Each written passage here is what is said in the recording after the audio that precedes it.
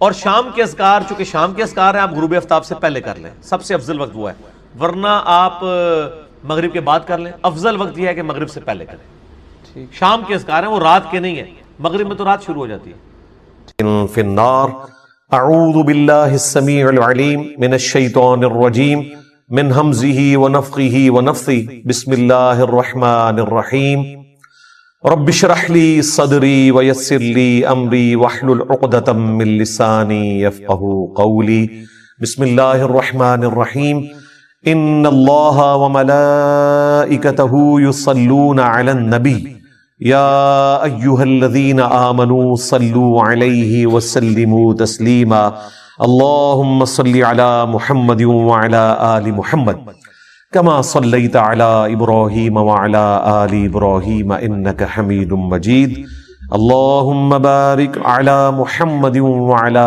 آل محمد كما باركت على إبراهيم وعلى آل إبراهيم إنك حميد مجيد اللهم ربنا آتنا في الدنيا حسنة وفي الآخرة حسنة وقنا عذاب النار ربنا آتنا من لدنك رحمة وهيئ لنا من أمرنا رشدا لا إله إلا أنت سبحانك إني كنت من الظالمين حسبنا الله ونعم الوكيل يا حي يا قيوم برحمتك أستغيث ولا حول ولا قوة إلا بالله العلي العظيم آمين۔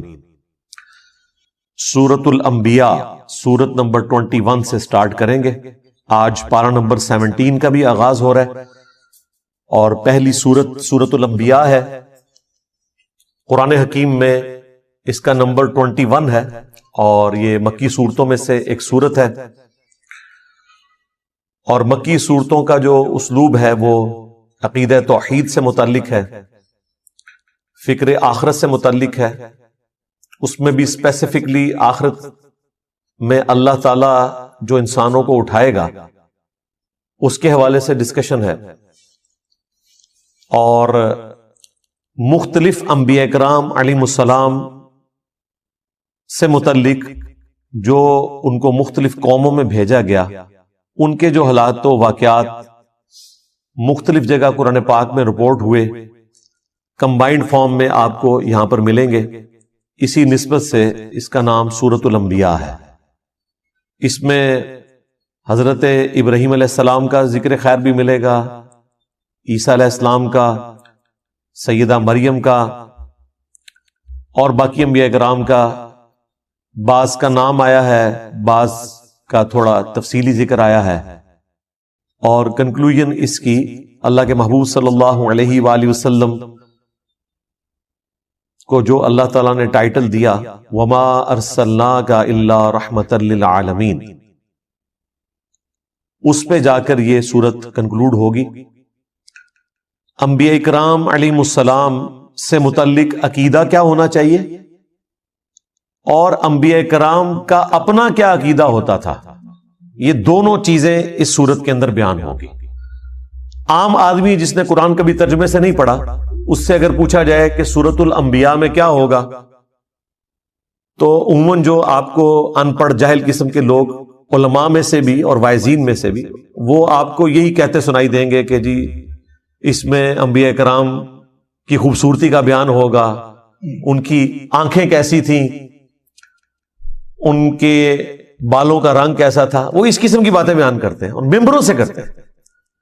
سورۃ الانبیاء سے بہتر اور کوئی صورت نہیں ہے بات بتانے کے لیے کہ انبیاء سے متعلق آپ کا کیا عقیدہ ہونا چاہیے، اور انبیاء کا عقیدہ توحید اپنا کیا تھا۔ یہ دونوں باتیں اس میں بیان ہوئی ہیں، اور ہمارے سب کانٹیننٹ میں جو دین تصوف نے عقائد کی خرابی پروپیگیٹ کر دی ہے، اس کی جڑ کاٹنے کے لیے ایک سورت کافی ہے، چھوٹی سی سورت ہے، اور عقیدہ توحید کو بھی واضح کرے گی، انبیاء کرام علیہ السلام کے اپنے سٹیٹس کو بھی واضح کرے گی کہ انبیاء کے بارے میں آپ نے کیا عقیدہ رکھنا ہے، ان کو منی گاڈ نہیں بنانا، اور انبیاء کرام ہر مشکل ہر پریشانی میں اپنے رب کی طرف رجوع لاتے تھے۔ اس کا ذکر بھی آپ کو اس میں ملے گا. یہ ڈومیننٹ چیز ہے سورۃ الانبیاء کے حوالے سے. سٹارٹ ہی میں آپ کو نبی اسلام کا جو ذکر خیر ہے، آپ کی جو دعوت توحید ہے، اس کے مقابلے پر مشرکین عرب نے جو آپ کو رسپانس کیا اور جو آپ کے لیے غلط زبان استعمال کی، آپ علیہ السلام کو جو طعنے دیے، اور اس پر جو اللہ تعالیٰ کا جواب ہے، شروع کی چند آیات میں ہی آپ کو عقیدہ کلیئر ہو جائے گا. اس عقیدے کا کوئی لینا دینا نہیں ہے دین تصوف میں پھیلائے گئے عقیدوں سے، جن میں پیغمبر منی گاڈ ہوتا ہے، کوئی بزرگ بابا جو ہے وہ منی رسول ہوتا ہے، اور ان کے علماء جو ہیں وہ منی صحابی ہوتے ہیں. یعنی اس طرح ان کو ٹائٹل دیے ہوتے ہیں انہوں نے، اور ایسے مرتبے دیے ہوتے ہیں. یہ سٹارٹ ہی میں آپ کو بالکل کلیئر ہو جائے گا. اعوذ باللہ من الشیطان الرجیم، بسم اللہ الرحمن الرحیم. اقترب للناس حسابهم، قریب آ گیا ہے لوگوں کے حساب کا وقت. وہم فی غفلۃ معرضون، لیکن ان کا حال یہ ہے کہ وہ غفلت میں منہ پھیرے ہوئے ہیں. ایبسولوٹلی اس آیت کو دیکھا جائے تو پوری انسانیت کے لیے، جیسے ہی انسان نے مرنا ہے، آخرت کی زندگی شروع ہو جانی ہے، اس کا حساب بالکل اس کے قریب ہے، لیکن انسان غفلت کی زندگی گزار رہا ہے. اور اگر آپ اسے ریلیٹیولی دیکھیں آنے والے ٹاپک کے ساتھ، تو یہ مشرکین عرب سے متعلق ہے کہ اللہ تعالیٰ نے ان کے لیے فیصلہ فرما لیا ہے کہ ان پر عذاب استیصال آئے گا، غزوہ بدر کی شکل میں، اس کے بعد غزوہ احد کی شکل میں، خندق کی شکل میں. کئی لوگوں کو اس سے پہلی توبہ کی توفیق مل جائے گی، کئی کو نہیں ملے گی. ان کے حساب کا وقت اب قریب آ چکا ہے، لیکن یہ غفلت میں منہ پھیرے ہوئے ہیں. ما یأتیہم من ذکر من ربہم محدث، ان کے رب کی طرف سے کوئی بھی نئی نصیحت نہیں آتی مگر اس حال میں الا استمعوہ وہم یلعبون، کہ وہ اسے سنتے تو ہیں مگر کھیل کود میں مگن ہوتے ہوئے، کیجول لیتے ہیں. سورۃ الفرقان میں ہے نا کہ اللہ کے نیک بندوں کی نشانی یہ ہے کہ وہ اندھے اور بہرے بن کر اللہ کی آیات پر نہیں گرتے، غور و تفکر کرتے ہیں. اللہ تعالیٰ کی طرف سے پیغام آیا، اسے سیریس لینے کی ضرورت ہے. بجائے اس کے کہ اسے سیریس لیں، وہ کہتے تھے یہ اگلے لوگوں کی کہانی ہے، اور پہلے بھی ہم نے اتنی باتیں سنی، کوئی عذاب نہیں آیا. اگر یہ نبی واقعی سچا ہے اور یہ کہتا ہے کہ مرنے کے بعد زندہ کیا جائے گا، تو بڑا آسان سا ٹیسٹ ہے، ہمارے ماں باپ کو زندہ کر دے، ہمارے سامنے لے آئے، ہم اس پہ ایمان لے آئیں گے. تو بھائی اگر یہ سب کچھ ہو جائے تو پھر آپ کون سا ایمان لے کر آئے؟ ایمان کا تو مطلب ہی ہے غیب میں دیکھ کر ماننا. ان الذین یخشون ربہم بالغیب لہم مغفرۃ واجر کبیر، جو اپنے رب سے بغیر دیکھے ڈرتے ہیں ان کے لیے مغفرت اور بڑا اجر ہے. دیکھ کر تو سب نے مان لینا ہے. تو اللہ تعالیٰ فرما رہا ہے ان کے پاس کوئی بھی نصیحت آتی ہے، قرآن کی کوئی بھی صورت نازل ہوتی ہے، آیات نازل ہوتی ہیں، تو وہ اسے کیجول لیتے ہیں، اس حال میں سنتے ہیں کہ وہ کھیل میں مگن ہے. آج مسلمانوں کا بھی یہی حال ہے. مسلمان تو خیر اس سے بھی پیچھے چلے گئے، وہ کم از کم سن لیتے تھے، یہ تو سننے سے بھی قاصر ہے. عربی آتی نہیں ہے، ترجمہ سنتے نہیں ہیں. لاہیۃ قلوبہم، ان کے دل غافل ہو چکے ہیں. وَأَسَرُّ النَّجْوَى، اور یہ آپس میں سرگوشیاں کرتے ہیں. الَّذِينَ ظَلَمُوا، جو کہ ظالم لوگ ہیں، اور کہتے کیا ہیں؟ هَلْ هَذَا إِلَّا بَشَرٌ مِثْلُكُمْ، یہ تو نہیں مگر تمہارے جیسا ہی ایک انسان. یعنی نبی اسلام کے بارے میں وہ کہتے ہیں یہ تمہارے جیسے ہی ایک انسان ہے، اس نے جو دعوی پیغمبری کیا ہے اس میں اور ہم میں کوئی فرق نہیں. نعوذ باللہ. افتأتون السحر وانتم تبصرون، کیا تم پیروی کرو گے اس جادو کی جس کو تم اپنی آنکھوں سے دیکھ رہے ہو کہ یہ جادو کر رہا ہے، اس میں کوئی حقیقت نہیں ہے، تو آنکھوں سے دیکھنے کے باوجود تم اس سحر کی پیروی کرنا شروع کر دو گے. وَلِعَوْذُ بِاللَّهِ تَعَالَى. یہ نبی اسلام کے لیے وہ غلط کلمات استعمال کرتے تھے. اس کے بعد بھی کافی ساری چیزیں آئیں گی، لیکن اس میں غور طرف بات یہ ہے کہ ان کی بات سچ ہے لیکن اس کا اینگل انہوں نے غلط دیا ہوا ہے. یہ بات تو سچ ہے کہ نبی اسلام بھی انسان ہی تھے. سورہ بنی اسرائیل میں آیا کہ اگر زمین پر فرشتے آباد ہوتے تو ہم فرشتوں میں سے پیغمبر بھیجتے. اب چونکہ انسان آباد ہیں تو انسانوں میں سے پیغمبر آئے گا. بات سچ ہے، لیکن بظاہر تو یہ ہماری طرح کے انسان ہیں، اس میں کوئی شک نہیں ہے. سب سے بڑا فرق اس حوالے سے جو وہ ایمفسائز نہیں کرتے تھے وہ یہ تھا کہ ان پر اللہ کی طرف سے وحی آتی ہے، اور وہ ایسا کلام لے کر آئے ہیں عربیوں میں کہ عربی بھی ششدر رہ گئے قرآن کے اس اعجاز کو دیکھ کر. اسی وجہ سے جو لوگ حق سے غافل تھے انہوں نے یہ کہنا شروع کر دیا گویا کہ نبی اسلام جادو کر دیتے ہیں لوگوں کے اوپر. جو بھی سنتا ہے وہ آپ پر ایمان لے آتا ہے اگر وہ سلیم الفطرت ہوا. اگر بےایمانی پہ اترا ہوا ہے تو اس کے لیے قرآن میں کوئی ہدایت نہیں. سیدھی سی بات ہے، قرآن میں ہدایت اس کے لیے جو واقعی ہدایت قبول کرنا چاہے. صحیح مسلم میں جو دماد نامی ایک عامل کا ذکر ملتا ہے، اردو میں ہم زماد کہتے ہیں، عربی میں ضماد ضاد کے ساتھ. وہ جھاڑ پھونک کا کام کرتا تھا. صحیح مسلم شریف میں آتا ہے کہ وہ جب مکے میں آیا تو کچھ لوگوں نے اس سے کہا کہ اس طرح ہمارے ایک بڑے ڈائنامک انسان تھے، بڑی اچھی پرسنالٹی محمد صلی اللہ علیہ وآلہ وسلم کی، اور کچھ عرصے سے انہوں نے یہ باتیں کرنا شروع کر دی ہیں. ہمیں لگتا ہے کہ وہ غار ہرا میں جو گئے تھے وہاں پر ان کے اوپر کوئی آسیب کا سایہ ہو گیا، تو تم علاج کرنا جانتے ہو تو تم ان کا علاج کرو. کوئی جادو ہو گیا ان کے اوپر یا آسیب آ گیا. صحیح مسلم کے الفاظ ہیں کہ وہ نبی اسلام کے پاس آیا تو اس نے کہا کہ اے محمد اگر آپ چاہیں تو میں آپ کا علاج کر سکتا ہوں. آپ بتائیں کہ آپ کیا دعوت رکھتے ہیں، میں آپ کی بات سننا چاہتا ہوں تاکہ میں جج کروں. تو نبی اسلام نے ابھی قرآن تلاوت نہیں کیا، آپ نے صرف خطبے کے سٹارٹ کے الفاظ اس کے سامنے تلاوت کیے. ان الحمد للہ نحمده ونستعینه ونستغفره ونعوذ باللہ من شرور انفسنا ومن سیئات اعمالنا. یہ خطبہ جو میں سٹارٹ میں پڑھتا ہوں. اس نے کہا کہ ایک دفعہ مجھے دوبارہ سنائے. دوبارہ سنا تو اس نے کہا میں گواہی دیتا ہوں کہ آپ اللہ کے رسول ہیں. یہ کلام ایسا کلام ہے ہی نہیں ہے. ابھی قرآن نہیں پڑھا تھا، صرف خطبے کے الفاظ. اور ظاہر اس میں تو دعوت تھی نا، آپ نے گاڈ اورینٹڈ ہونا ہے. ساحروں کی گفتگو اس قسم کی تو نہیں ہوتی، شاعروں کی گفتگو اس قسم کی تو نہیں ہوتی. وہ تو خوابوں کی دنیا میں رہتے ہیں، وہ تو عشق مجازی کا شکار ہوئے رہتے ہیں. یہ تو گاڈ اورینٹڈ چیز، اور وہ بھی اتنی پرفیکشن کے ساتھ وہ ایمان لے آیا.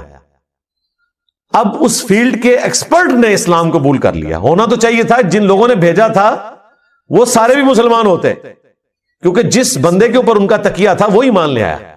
لیکن وہی ہوا جس طرح جادوگر ایمان لے آئے، فرعون نہیں ایمان لے کر آیا. حالانکہ فرعون کو ایمان لانا چاہیے تھا کہ اس کے اپنے جادوگر مان گئے کہ یہ جادو نہیں ہے. یہاں پر بھی کافروں کو مان لینا چاہیے تھا کہ زماد نے جب یہ بات کہہ دی تو پھر یقیناً نبی علیہ السلام ایک غیر معمولی انسان ہے. لیکن چونکہ وہ حق قبول نہیں کرنا چاہتے تھے، اللہ تعالیٰ نے ان کو ہدایت نہیں دی. تو پھر ان کے پاس بہانہ یہ ہوتا تھا کہ یہ جادو ہے، اگلے لوگوں کی کہانیاں ہیں. اب اس کے جواب میں نبی علیہ السلام نے اللہ کے حضور عرض کی، قال ربی یعلم القول فی السماء والارض. نبی علیہ السلام نے کہا کہ میرا رب خوب جانتا ہے جو بات کہی جاتی ہے آسمان میں اور زمین میں. وَهُوَ السَّمِيعُ الْعَلِيمُ، اور وہی سننے والا ہے، سب کچھ جاننے والا ہے. یعنی نبی علیہ السلام نے اپنے غم کی فریاد اپنے رب کے حضور رکھی اور مشرکین عرب سے کہا کہ یہ جو کچھ تم باتیں کر رہے ہو نا میرے بارے میں، میرا رب خوب جانتا ہے. اسے تو پتا ہے کہ میں اللہ کا پیغمبر ہوں، ہر چیز سے وہ واقف ہے. بل قالوا اضغاث احلام، بلکہ وہ یہ بھی کہنا شروع ہو گئے کہ یہ پریشان خواب ہیں. بل افتراہ، بلکہ یہ خود سے انہوں نے گھڑ لیا ہے. بل ہوا شاعر، نہیں بلکہ یہ شاعر ہے، خود بھی ایک بات کے اوپر قائم نہیں ہے. دیکھیں اگر کسی شخص کو یہ پتا چل گیا کہ یہ سامنے والا بندہ کیا ہے تو وہ بار بار اپنا بیان تو نہیں بدلتا. تم نے ساحر کہا, چیپٹر کلوز کرو. نہیں, تسلی نہیں ہوئی کیونکہ جھوٹ کہا ہوا تھا نا. کسی کو یہ لولی پاپ دے دیا کہ ان کو خواب آتے رہتے ہیں, وہ یہ بیان کرتے ہیں. بعض جگہ پہ آیا کہ یہ اساطیر الاولین ہے, اگلے لوگوں کی کہانیاں بیان کرتے ہیں. اچھا, بعض لوگوں کو انہوں نے کہا کہ انہوں نے اللہ پر جھوٹ باندھ دیا, اور بعض کو کہا کہ یہ شاعر ہے. اب اتنے زیادہ بیانات, جادوگر, دیوانہ, اگلے لوگوں کی کہانیاں, پریشان خواب, جھوٹ گھاڑ لیا ہے, شاعر ہیں, مجنون ہیں. یعنی یہ 7 تو میں نے انگلیوں پہ آپ کو گنوا دی گالیاں جو وہ دیا کرتے تھے اپنے نظام میں. اب اس کے اگینسٹ نبی الاسلام کو نبوت ثابت کرنے کے لیے وہ ڈیمانڈ کیا رکھ رہے ہیں؟ فَلْيَأْتِنَا بِآیَةٍ كَمَا أُرْسِلَ الْأَوَّلُونَ. اگر واقعی یہ پیغمبر ہے نا تو یہ اس طرح کے معجزات کیوں نہیں لے کر آتا جو معجزات اگلے لوگوں کو, اگلے پیغمبروں کو دیے گئے تھے. یعنی یہ ہمیں خود ہی بتاتا ہے کہ موسیٰ علیہ السلام کے پاس عصا کا معجزہ تھا, وہ اژدہا بن جاتا تھا. عیسیٰ علیہ السلام مردوں کو زندہ کر دیتے تھے. تو اس قسم کا کوئی معجزہ یہ ہمیں بھی کر کے دکھائے, ہم مان لیں گے. اچھا, یہاں تک اگر بات دیکھی جائے تو لاجیکلی ان کی بات درست ہے کہ جو پیغمبر عوام کے سامنے اگلے انبیاء کے واقعات بیان کر کے اور ان کے معجزات بتا کر دعوی نبوت کر رہا ہے, تو اس کا منطقی نتیجہ یہ ہے کہ اس کے مخاطبین اس سے کہیں کہ اچھا یہ جو آپ بتا رہے ہیں آپ بھی کر کے بتائیں نا, تو ہم آپ پر ایمان لے آئیں گے. تو یہ ڈیمانڈ کوئی غلط نہیں تھی ان کی, لیکن اللہ کا فیصلہ کچھ اور تھا. اللہ تعالیٰ نے اس کے جواب میں کیا فرمایا؟ اس جگہ پر ہر جگہ جواب ڈیفرنٹ آئے گا. یہاں پر کیا جواب آیا؟ ما آمنت قبلہم من قریۃ اہلکناہا. ان سے پہلے جو بستیاں ہلاک کر دی گئیں ان کے رہنے والے بھی ایمان نہیں لے کر آئے تھے. افہم یؤمنون. تو کیا اب یہ لوگ ایمان لے آئیں گے؟ یعنی اللہ تعالیٰ نے اپنا ایک رول بتا دیا کہ اگلے انبیاء کے ماننے والوں کی ڈیمانڈ کے اوپر ہم نے منہ مانگے معجزات دکھائے, تو اس کا اینڈ رزلٹ یہی نکلا کہ ایمان وہ نہیں لے کر آئے. تو ان کے ساتھ بھی یہی ہونا ہے, اگر ہم نے ان کا منہ مانگا معجزہ دکھا دیا تو یہ ایمان نہیں لائیں گے. لیکن اس کے بعد رزلٹ کیا نکلے گا؟ وہ سورہ بنی اسرائیل میں اللہ تعالیٰ نے جب 9 معجزات کا ذکر کیا جو نبی الاسلام سے وہ ڈیمانڈ کرتے تھے, انہوں نے ایک پوری لسٹ ان کو پیش کی تھی کہ آپ آسمان پر چڑھ کر بتائیں, ہمارے سامنے چڑھیں اور ہمارے سامنے آپ کتاب لے کر اتریں, ہم مان لیں گے. آپ کا کوئی باغ ہو جس میں آپ نہریں رواں کر دیں, آپ کا سونے کا کوئی گھر ہو, اس قسم کی وہ ڈیمانڈ کرتے تھے. اس کے جواب میں اللہ تعالیٰ نے فرمایا کہ تم فرماؤ کہ میں بشر ہوں, رسول ہوں, میرا کام دعوت حق پیش کرنا ہے, یہ معجزات اللہ کے پاس ہے. اور پھر کئی جگہ پر قرآن پاک میں اس بات کا جواب اللہ تعالیٰ نے اس طریقے سے دیا کہ اگر ہم ان کو منہ مانگا معجزہ دکھا دیں گے پھر ان کے لیے وقت مقرر کر دیا جائے گا, پھر یہ توبہ نہیں کر سکتے, اگر ایمان نہیں لائیں گے تو ہلاک کر دیے جائیں گے, جس طرح کے اگلے لوگ ہلاک کر دیے گئے. سورۃ المائدہ کے اینڈ میں بھی آتا ہے نا, جب عیسیٰ علیہ السلام کے ماننے والوں نے کہا نا کہ آپ آسمان سے ہمارے لیے کھانا نازل ہونے کی دعا کریں, تو عیسیٰ علیہ السلام نے کیا کہا تھا کہ اگر تمہیں یہ منہ مانگا معجزہ دکھایا گیا اور یہ کھانا نازل ہوا اور پھر جس نے انکار کیا پھر اللہ تعالیٰ کی طرف سے عذاب آئے گا. یہ اللہ تعالیٰ نے فرمایا کہ میری طرف سے اعلان ہے, ان کو سنا دو. تو یہ اللہ تعالیٰ کا قانون ہے کہ جب منہ مانگا معجزہ پورا کیا جائے اس پر انکار آئے تو پھر اللہ تعالیٰ اس قوم کو ہلاک کر دیتا ہے. لہٰذا یہ اللہ تعالیٰ کی رحمت ہے کہ منہ مانگا معجزہ نہ دکھایا جائے. رہا یہ وسوسہ آنا کہ ہو سکتا ہے کہ وہ ایمان لے آئیں, تو بھائی پورا ٹریک ریکارڈ ہے, لوگ ایمان نہیں لے کر آئے. سورۃ الانعام میں سورہ الحجر میں اللہ تعالیٰ نے فرمایا کہ اگر ہم ان کی آنکھوں کے سامنے آسمان سے قرآن کو نازل کرتے تختیوں کے اوپر اور یہ نازل ہوتا ہوا دیکھ لیتے اور اس لکھی ہوئی کتاب کو اپنے ہاتھوں سے چھو بھی لیتے, تب بھی انہوں نے یہ کہنا تھا کہ ہماری آنکھوں پر جادو کر دیا گیا. یعنی دل بے ایمان تھے اجتا ٹھیر. آپ یہ نہ سمجھے کہ اگر ان کی وہ ڈیمانڈ پوری کی جاتی تو انہوں نے مان لینا تھا, بالکل نہیں ماننا تھا. کیا جادوگروں کے ایمان لانے کے بعد فرعون نے مان لیا تھا کہ میرے ایکسپرٹس نے ڈکلیئر کر دیا ہے کہ یہ جادو نہیں ہے, یہ پیغمبر ہے؟ نہیں مانا. تو یہ اللہ کی رحمت ہے, منہ مانگا معجزہ نہ دکھانا. اگر منہ مانگا معجزہ دکھا دیا جائے تو پھر اللہ تعالیٰ کا عذاب آ جاتا ہے اور پھر وہ عذاب ٹلتا نہیں ہے. اگر کوئی اس وقت توبہ بھی کرے اس کی توبہ قبول نہیں ہے. یہی بات اللہ تعالیٰ نے یہاں کی. کیا ان سے پہلے لوگ جن کو ہم نے ہلاک کیا ان قوموں کو وہ ایمان لے آئے تھے جو یہ ایمان لے آئیں گے؟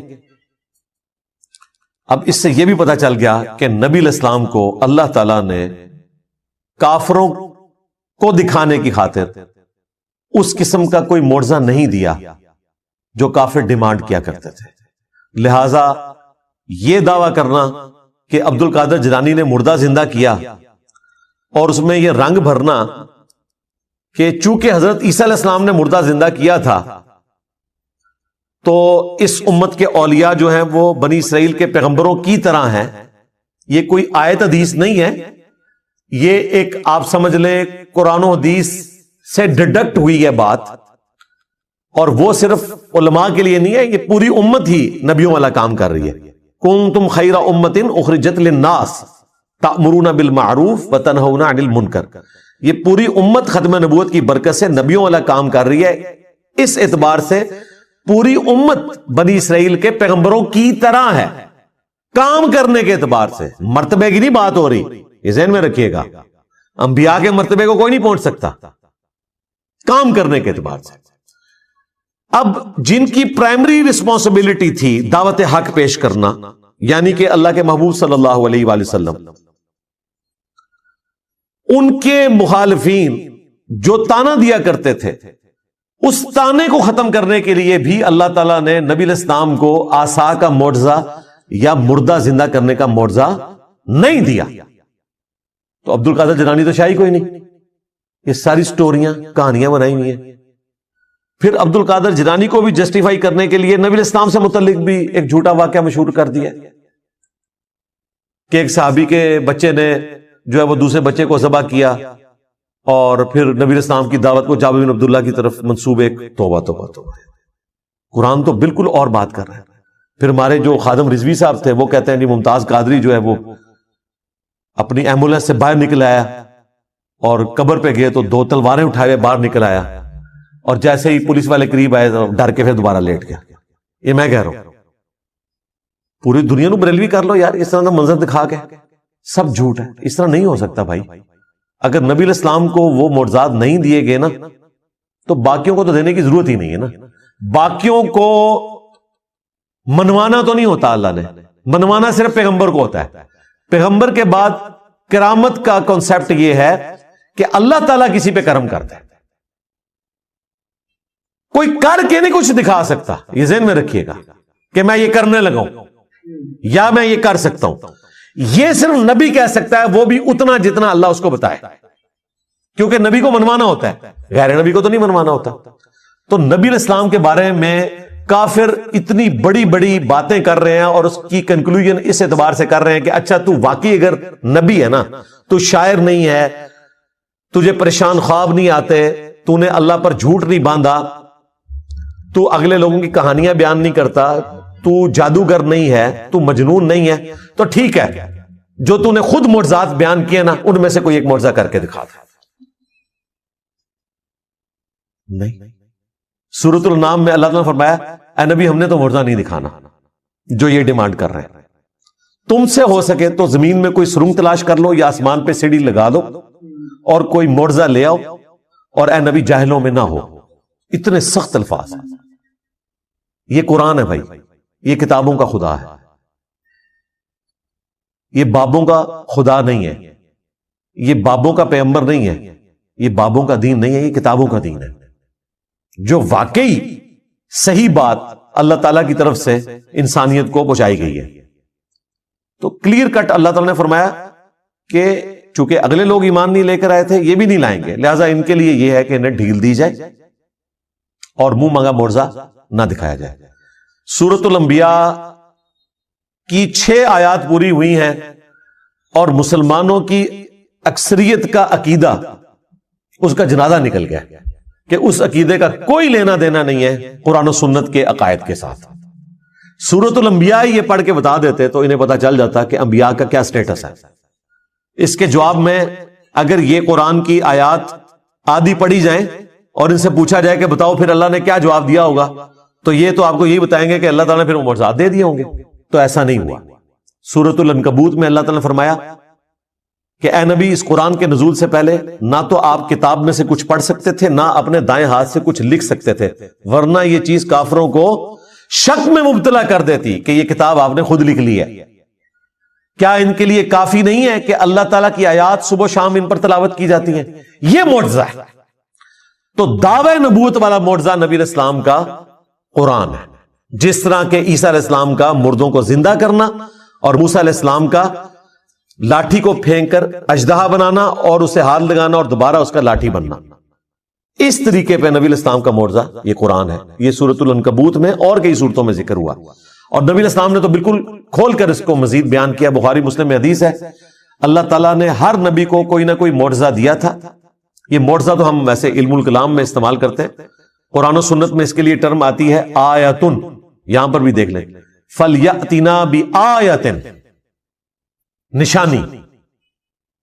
معجزہ عقل کو عاجز کر دینے والی چیز، فزیکل فینامنا آف نیچر کو توڑنے والی چیز، اس لیے ہم یہ معجزہ کی ٹرم استعمال کرتے ہیں۔ ویسے اس کے لیے ٹرم ہے آیا، نشانی۔ تو اللہ تبارک و تعالی نے نبی علیہ السلام کو قرآن کا معجزہ دیا۔ بخاری مسلم میں اس حدیث میں آتا ہے کہ ہر نبی کو معجزہ دیا، مجھے اللہ تعالیٰ نے وحی کا معجزہ دیا ہے۔ میں اللہ سے امید کرتا ہوں قیامت کے دن سب سے زیادہ متبعین میری امت سے ہوں گے، کیونکہ اللہ تعالیٰ نے مجھے ایک یونیک معجزہ دیا ہے، وحی کا معجزہ۔ اور وہ بخاری مسلم میں آتا ہے کہ جنتیوں کا نصف امت محمدیہ سے ہے صلی اللہ علیہ وآلہ وسلم، کیونکہ معجزہ سب سے بڑا ہے۔ لاجیکلی اس سے بیسٹ کوئی آپشن ہو نہیں سکتا تھا۔ ختم نبوت کے بعد اگر انسانی ہسٹری نے ہزاروں سال تک چلنا ہے اور کسی پیغمبر نے نہیں آنا، اور اس آخری پیغمبر نے قیامت تک کے لیے پیغمبر ہونا ہے، تو اس کا لازمی نتیجہ ہے کہ اس کا معجزہ بھی پھر قیامت تک زندہ رہے۔ یہ ختم نبوت کا تقاضا تھا،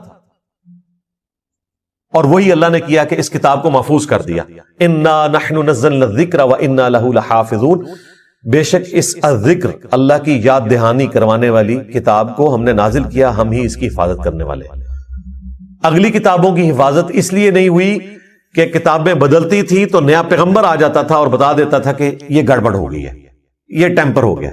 اب چونکہ پیغمبر نے نہیں آنا، ختم نبوت ہو چکی ہے، اب بھی اگر کتاب بدل جاتی تو ہم سارے جنتی ہو جاتے، ہمارے پاس سب سے بڑا بہانہ آ جاتا کہ یا اللہ ہمارے پاس تو پیغمبر بھی کوئی نہیں، اور پیغمبر جو کتاب چھوڑ کر گئے تھے وہ تبدیل ہوگی، ہم کہاں سے ہدایت حاصل کرتے۔ اس لیے اللہ تعالیٰ نے اس کتاب کو محفوظ کیا۔ یہ قیامت تک کے لیے نبی علیہ السلام کا معجزہ ہے۔ دو خصوصیات ہیں رسول اللہ کی ایسی جو آپ کو ممتاز کرتی ہیں باقی انبیاء سے، ویسے تو بہت ساری ہیں، یہ ڈومیننٹ۔ ایک آپ علیہ السلام کا معجزہ کتاب کی شکل میں ہے، اگلے انبیاء والا معجزہ نہیں ہے۔ ویسے آپ کے معجزات بخاری مسلم میں رپورٹ ہوئے، کبھی مبارک انگلیوں سے پانی کے چشمے جاری ہوئے، لیکن وہ صرف صحابہ کے اندر، ان کے ایمان میں اضافے کے لیے۔ یہ کبھی نہیں ہوا کہ آپ نے کافروں کو کہا ہو کہ یہ دیکھو میں اپنی انگلیوں سے پانی کے چشمے جاری کرنے لگا ہوں۔ میں آپ کو دعوے سے کہتا ہوں کہ یہ اتنا بڑا معجزہ تھا کہ شاید چند لوگوں کی قسمت بدل جاتی، لیکن اللہ نے کہا کہ ان کی مرضی کا میں نے معجزہ بتانا ہے، ان کے سامنے نہیں ہوگا۔ ہاں، یہ جتنے معجزات آئے ہیں یہ مسلمانوں کے سامنے ہوئے ہیں۔ مسلم شریف میں آیا کہ 2 درخت اپنی جڑوں سے اکھڑے نبی علیہ السلام کے اشارہ کرنے پہ، اور وہ مل گئے، نبی علیہ السلام رفع حاجت کے لیے اس کے پیچھے گئے اور پھر دوبارہ سے وہ اپنی جگہ پر چلے گئے۔ صحیح بخاری میں آیا کہ عبداللہ ابن مسعود کہتے ہیں ہم حضور کے ساتھ بعض اوقات کھانا کھاتے تھے تو لقمے میں سے اللہ کی تسبیح کی آواز آتی تھی۔ اسی طریقے سے صحیح بخاری میں آیا نبی علیہ السلام کو ملنے کے لیے اصحاب آئے، آپ نے ان کو ایک لاٹھی دی جو ٹارچ کی طرح روشن ہو گئی، اور جب وہ ایسی پگڈنڈی پر پہنچے جہاں سے راستہ مختلف تھا تو اس کے پھر دو حصے ہو گئے، آدھی روشنی ان کے ساتھ چل پڑی، آدھی ان کے ساتھ۔ تو اس طرح کے معجزات نبی علیہ السلام کی مبارک زندگی میں صحابہ کے ساتھ بھی ہوئے ہیں، لیکن وہ صحابہ کی کرامت نہیں ہے، نبی علیہ السلام کا معجزہ ہے۔ صحیح بخاری میں آیا کہ ایک صحابی جن کو کافروں نے قید کر دیا تھا، ان کے لیے انگوروں کا ایک خوشہ آ گیا اور وہ کھا رہے تھے، اور جن لوگوں نے قید کیا وہ ایک دم پریشان ہو گئے، اللہ تعالیٰ کی طرف سے غیبی مدد آئی۔ صحیح بخاری میں آتا ہے ایک صحابی کو جب بے دردی سے شہید کیا گیا، ان کی لاش کی حفاظت کے لیے بہت زیادہ بھیڑیں آ گئیں، مکھیاں، شہد کی مکھیاں یا دوسری، اور ان کی لاش کی بے حرمتی نہیں ہونے دی۔ دوسری طرف حضرت حمزہ کی لاش کی بے حرمتی ہوگی۔ تو اللہ تعالیٰ جب چاہتا ہے اس طرح کی چیزیں دکھاتا ہے۔ نبی علیہ السلام کی مبارک زندگی میں جو صحابہ کرام کے ساتھ اس قسم کے واقعات ہیں نا، وہ نبی علیہ السلام کے معجزات ہیں۔ آپ کے دنیا سے جانے کے بعد صرف معجزہ یا کرامت یہ ہے کہ کوئی شخص دعا کرے اور اللہ تعالیٰ اس کی دعا قبول کر لے، اور وہ بھی فزیکل فینومینا کے اندر یہ ذہن میں رکھیے گا۔ جس طرح دلائل النبوہ امام بیہقی کی کتاب میں آتا ہے کہ انس ابن مالک کے کسان نے کہا کہ اس دفعہ بارشیں نہیں ہوئی ہیں، لگتا ہے کہ ہم قحط کا شکار ہوں گے، تو انہوں نے اپنی زمین میں کھڑے ہو کر دعا کی، اور تھوڑی دیر بعد جب واپس آئے تو کسان سے کہا کہ چیک کرو بارش ہوئی ہے کہ نہیں، تو وہ گیا تو بارش شروع ہوگی صرف ان کی زمین کے اوپر۔ تو یہ فزیکل فینومینا آف نیچر ہے نا، بارش ہونا فزیکل فینومینا ہے، صرف دعا قبول ہوئی کہ اللہ تعالیٰ نے بادل بھیج دیے۔ تو کر کے دکھانا اس طرح کی کوئی کرامت نہیں۔ یہ تخت بلقیس کا واقعہ بھی ہم بھی اسے سمجھانے کے لیے کبھی کبھار کرامت کہہ دیتے ہیں، ایکچولی وہ کرامت کوئی نہیں ہے، وہ تو دعویٰ ہے۔ وہ اسی طریقے سے ہے جس طرح میں دعویٰ کروں کہ میں آپ کو بلٹ ٹرین میں 1 گھنٹے کے اندر اندر یہاں سے کراچی بھجوا سکتا ہوں اگر بلٹ ٹرین ہو، اور میں اسے پورا کر دوں، تو ظاہر ہے یہ ایک فزیکل علم ہے۔ ہاں، بغیر کسی ریسورس کے، بغیر کسی علم کے کوئی شخص خامخواہ دعویٰ کرتا رہے تو وہ پاسبل نہیں ہے۔ کرامت اور معجزہ دعویٰ کر کے نہیں ہوتا۔ معجزہ تو کسی حد میں ہو سکتا ہے کہ جہاں اللہ تعالیٰ اجازت دے نبی کو، اور وہ بھی جتنی اجازت دے۔ موسیٰ علیہ السلام کو صرف یہ پتا تھا کہ اس لاٹھی نے اژدہا بننا ہے، یہ نہیں پتا تھا کہ لاٹھی میں پانی میں ماروں تو راستہ بن جائے گا۔ وہ عین اس وقت وہی آئی تو پتا چلا کہ اچھا یہ کام بھی یہ لاٹھی کر سکتی ہے۔ اور پہلی دفعہ جب یہ ہوا تھا موسیٰ علیہ السلام تو ڈر کے خود بھاگ گئے تھے، قرآن میں آتا ہے، خود تو انہوں نے کیا نہیں تھا ورنہ بھاگتے تو نہ۔ تو معجزہ بھی صرف اس حد تک ہے کہ اللہ تبارک و تعالیٰ کسی نبی کو دے اور اسے اجازت دے، تب، ادروائز خود سے کوئی نہیں کر کے دکھا سکتا۔ تو نبی علیہ السلام کے جتنے فزیکل فینومینا آف نیچر کو توڑنے والے معجزات ہیں، یہ سب کے سب مسلمانوں سے متعلق ہے۔ ایک نشانی ایسی ہے جو بالکل سٹارٹ میں آئی، وہ چاند کا 2 ٹکڑے ہونا تھا، دیٹس آل۔ باقی جتنے فزیکل فینومینا آف نیچر کو توڑنے والے معجزات ہیں وہ صحابہ کرام کے درمیان ہیں۔ آپ کی دعا کی برکت سے 10 بندوں کا کھانا 300 بندوں نے کھا لیا اور اتنا ہی رہا، بخاری مسلم میں آتا ہے۔ یہ بس صحابہ کرام میں رہا، کافروں کے لیے نہیں۔ تو نبی علیہ السلام کی 2 خصوصیات کیا ہیں؟ آپ کا معجزہ اگلے انبیاء والا نہیں، دعوی نبوت والا قرآن ہے، چونکہ آپ کی نبوت قیامت تک کے لیے۔ اور دوسری خصوصیت، اگلے انبیاء کا انکار کرنے پر اللہ کی طرف سے آسمان سے عذاب آتا تھا، چنگھاڑ کی شکل میں، پتھروں کی بارش کی شکل میں، سمندر میں غرق ہونے کی شکل میں، وبائی امراض کی شکل میں۔ لیکن نبی علیہ السلام کے کیس میں اس طرح کا کوئی عذاب نہیں آیا۔ اگر آیا تو قتال کی شکل میں آیا، جو قرآن میں سورہ توبہ میں آیا کہ ہم مسلمانوں کے ہاتھوں سے ان کو عذاب دیں گے۔ تھوڑی بہت آزمائشیں آئیں قحط سالی کی شکل میں، بخاری میں آتا ہے، اور نبی علیہ السلام سے وہ دعا بھی کرواتے تھے، لیکن جو بڑے لیول کا عذاب ہے وہ قتال کی شکل میں اللہ تعالیٰ نے صحابہ کرام کی تلوار کو مسلط کیا۔ یعنی قرآن اور قتال، یہ نبی علیہ السلام کی 2 خصوصیات ہیں ایکویلنٹ ٹو اگلے انبیاء کے۔ وہاں پر اللہ کی طرف سے عذاب استیصال آتا تھا، اور فزیکل فنامنا آف نیچر کو توڑنے والے معجزات دیے جاتے تھے. نبی علیہ السلام کو عذاب استحصال قتال کی شکل میں دیا گیا مخالفین کے اوپر, اور قرآن کی شکل میں قیامت تک کے لیے معجزہ دیا گیا. آج عیسیٰ علیہ السلام کا معجزہ کوئی دکھا نہیں سکتا, نہ اس کی کوئی ویڈیو موجود ہے. موسیٰ علیہ السلام کے معجزے کی ویڈیو موجود نہیں ہے. ہم ان معجزات کو برحق سمجھتے ہیں قرآن کے کہنے کے اوپر. دکھا ہم بھی کوئی نہیں سکتے, لیکن قرآن وہ معجزہ ہے جو ہم دکھا سکتے ہیں, جو اس زمانے میں شاعروں کے لیے چیلنج بن گیا. آج سائنس کے اعتبار سے معجزہ ہے کہ کئی ایک ڈسکوریز جو 20ویں صدی میں آ کر ہوئی ہیں, ان کا ذکر اس زمانے میں اس کتاب میں موجود ہونا, اس کا جواب صرف یہ ہو سکتا ہے کہ یہ کریٹر آف دی یونیورس کی طرف سے کتاب بھیجی گئی ہے, اور کوئی جواب نہیں ہو سکتا. ابھی تو اس کے اندر جو میتھمیٹیکل چیزیں ہیں وہ ہمارے ایک بھائی نے اگلے دن ہائی لائٹ کی ہیں, میں نے ان سے پھر فون پہ بھی بات کی. وہ ایک ایتھیسٹ کے ساتھ گفتگو کر رہے تھے, صرف سورۃ الکوثر کے اوپر انہوں نے کئی ایک اس کی میتھمیٹیکل جو آرڈر ہے ڈسکور کیے